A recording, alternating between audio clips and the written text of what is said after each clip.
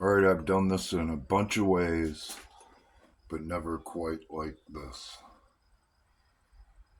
According to my analytics, most people who watch my content are in or around my age, give or take a few years.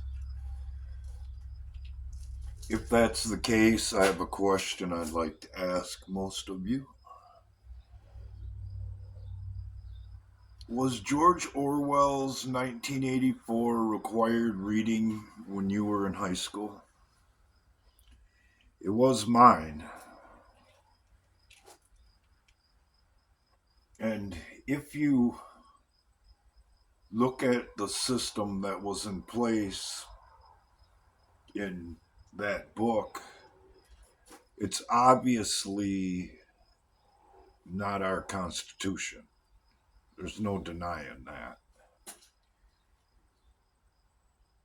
And for those of you who understand or at least have a grasp of the system that we are in, you know that they usually, or in my estimation, it's universal law that they follow, that they have to tell us what they're doing before they're doing it, even if it's in an offhand kind of way. If you take that thinking back to the required reading thing in high school, Generation X was warned specifically or told specifically. And that leads me to the theory on why we were called Generation X. Obviously, they don't know what we're going to do. Hence the X.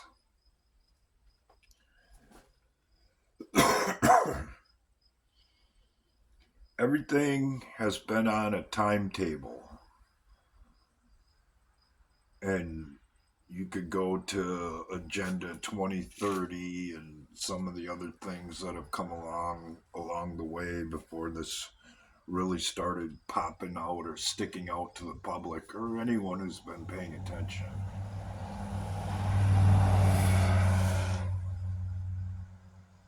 It all links together. What do I do with it?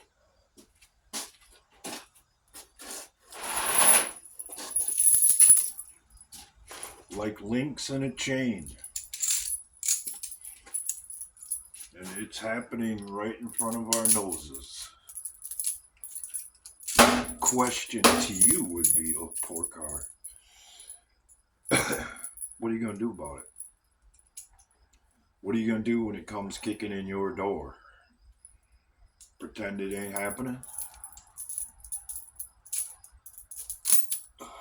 That might not be the best idea. What are you going to do when you end up in their gulag?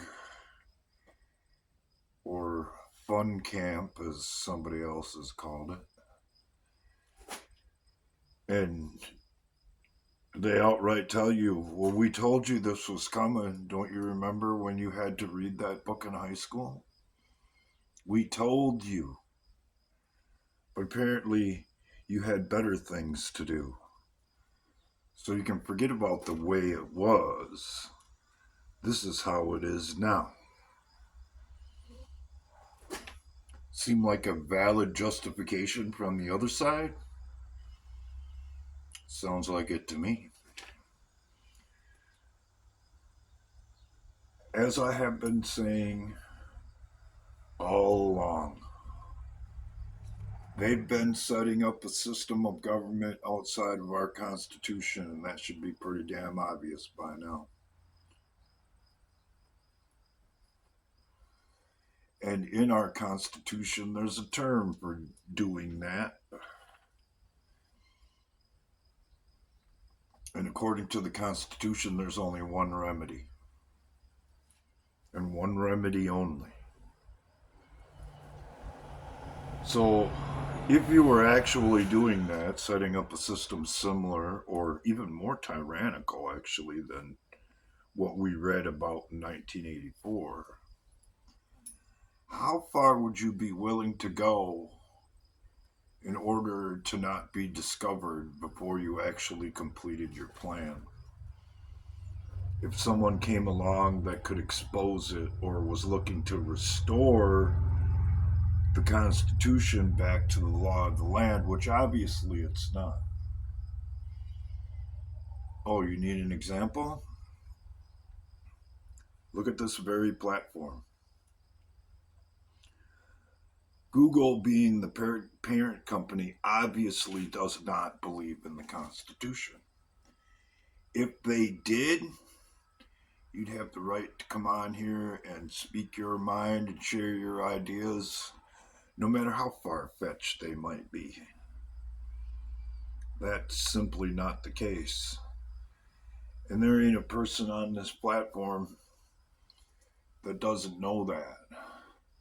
Facebook obviously doesn't believe in our Constitution and Bill of Rights. If they did, you wouldn't have the policies that they have today. They wouldn't be doing the things that they are today. So, if you want to get right down to brass tacks, it's like I've been saying all along. You can only ignore a maintenance issue on your vehicle for so long before it puts that vehicle in the junkyard or costs you way more than you ever thought you would have to pay. Is that not the situation we're facing? This is the last chance to get this right, to steer the ship back onto the course that it should have been, or end up in uncharted waters and potentially lost forever.